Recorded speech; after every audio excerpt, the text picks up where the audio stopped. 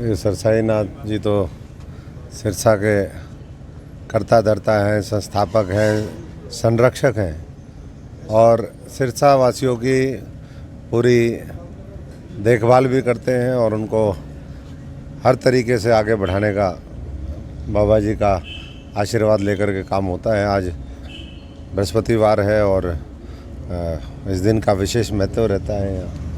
मैं और हमारे सभी साथी बाबा सरसाई नाथ जी का आशीर्वाद लेकर के और आगे की यात्रा शुरू करेंगे। आज हमारे इलाहाबाद में, रानिया में प्रोग्राम है और आप देख ही रहे हैं लगातार कि किस तरीके से भारतीय जनता पार्टी को भी पूरे देश के अंदर मोदी जी के नेतृत्व में और यहाँ सिरसा के अंदर भी एक ज़बरदस्त उत्साह और बहुत ज़बरदस्त लोगों का रिस्पॉन्स है। और मुझे पूरा यकीन है कि ये जब 25 तारीख को वोट पड़ेंगी, 25 मई को, तो सिरसा नया रिकॉर्ड कायम करेगा और तेज़ी के साथ विकास के कार्य इस सिरसा के अंदर मेडिकल कॉलेज जो बन रहा है वो भी बाबा सरसाई नाथ के नाम पे है।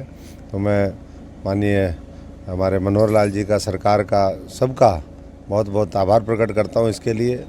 और सिरसा की जनता को जल्दी से जल्दी ये तोहफ़ा मिले, वो मैं समझता हूँ कि हमारी सबकी कोशिश रहेगी। सर, लगातार दौरे कर रहे हैं, किस तरह का रिस्पांस मिल रहा है?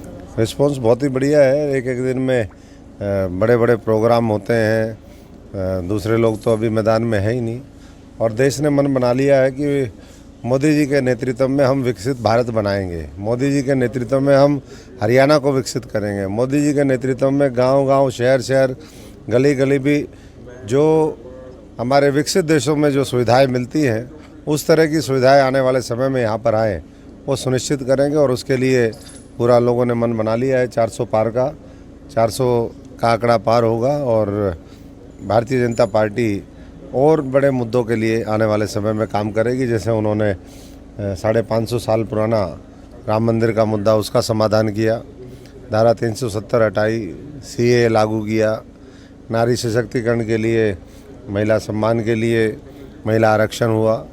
और इसी तरीके से 3 तलाक का मामला है। और इंफ्रास्ट्रक्चर के तो आप प्रोजेक्ट देख रहे हो।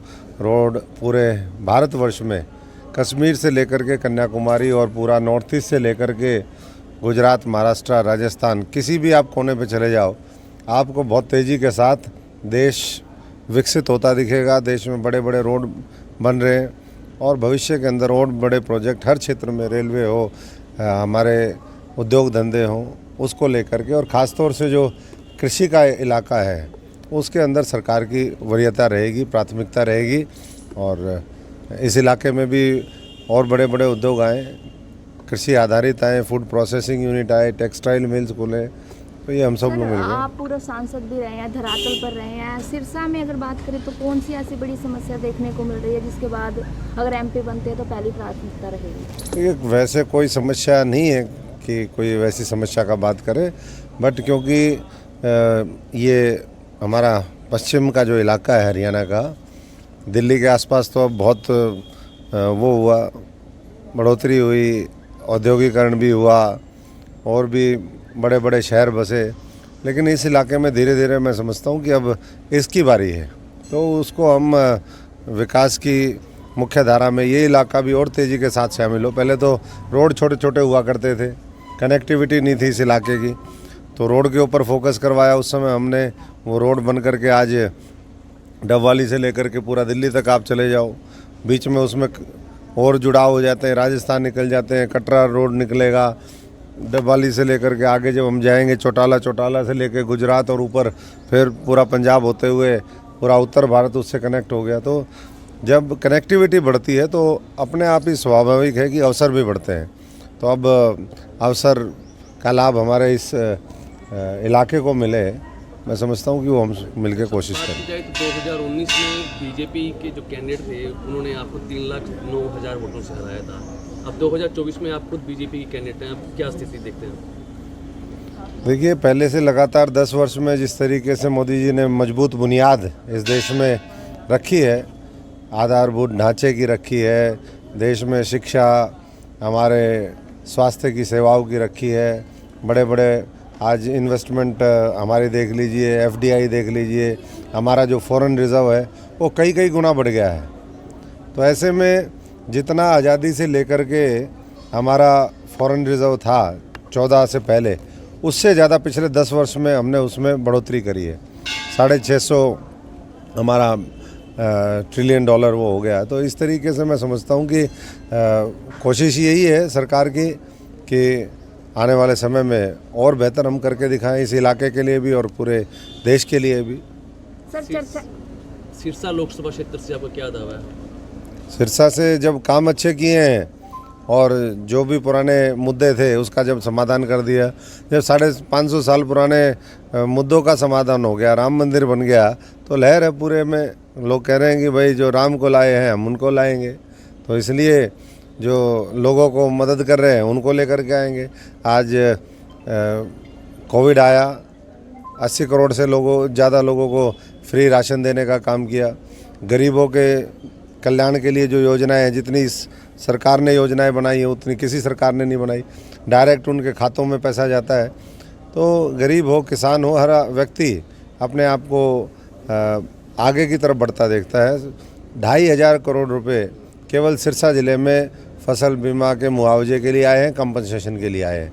तो ये अपने आप में दर्शाता है इस बात को कि हर वर्ग को आगे बढ़ाने का काम वो प्रदेश की सरकार ने किया है और मोदी जी के नेतृत्व में हुआ है। कांग्रेस के बड़े बड़े सुरमा बात की जाए देश में या हरियाणा के चुनाव मैदान से भाग रहे हैं, क्या कहेंगे? देखिए, उनको तो क्या कहेंगे, जनता ने उनको 2 बार आईना दिखाया है, हकीकत दिखाई है कि अगर देश के खिलाफ काम करोगे तो देश की जनता आपके साथ खड़ी नहीं होगी। 140 करोड़ लोगों में से आज बड़ी आबादी वो देश को बनाने वाली है। वो ये जानती है कि देश के निर्माण का कार्य बहुत तेज़ी के साथ चल रहा है और ऐसे में किसी और को, दूसरे व्यक्ति को या किसी पार्टी को मौका देंगे तो वो उसमें काम में बाधा आएगी और देश उस बाधा को बर्दाश्त नहीं कर सकता। दीपेंद्र हुड्डा दावा कर चुके हैं कि रोहतक सीट देश की सबसे बड़ी हॉट सीट है, ऐसे में बीजेपी को सबक सिखाएंगे। देखिए, हॉट तो अपने आप बन जाती है। अब जब मैदान में कोई और मजबूत आ जाएगा और हॉट हो जाएगी, हॉटेस्ट बन जाएगी। लेकिन हॉटेस्ट सीट में जो है जीत जो है भारतीय जनता पार्टी और कमल के निशान की होगी, मोदी जी की नीतियों की होगी, नेतृत्व की होगी और भारतीय जनता पार्टी की विचारधारा की होगी, उसके संगठन की होगी। उनके पास संगठन नहीं, उनके पास और चीज़ें नहीं। वैसे तो मुझे चर्चा नहीं करनी चाहिए क्योंकि ये सब व्यर्थ है। हमें देश के निर्माण के लिए और प्रदेश को आगे बढ़ाने के लिए, समाज को एकजुट करके जोड़ने के लिए लड़ाई लड़नी है। हरियाणा के बाकी 4 उम्मीदवारों की कब तक घोषणा हो सकती है? उम्मीदवार तो अब चुनाव की तारीखें भी आ गई धीरे धीरे, क्योंकि हमारा 6ठे चरण में है, अभी 70 दिन बचे हुए हैं उसके लिए। तो मैं मानता हूं कि पार्टी सारी चर्चा के बाद जल्दी उन उम्मीदवारों को भी मैदान में उतारेगी। तो 6 उम्मीदवार मैदान में हैं, वो कैंपेन कर रहे हैं, दूसरे तो अभी मैदान में आए ही नहीं है।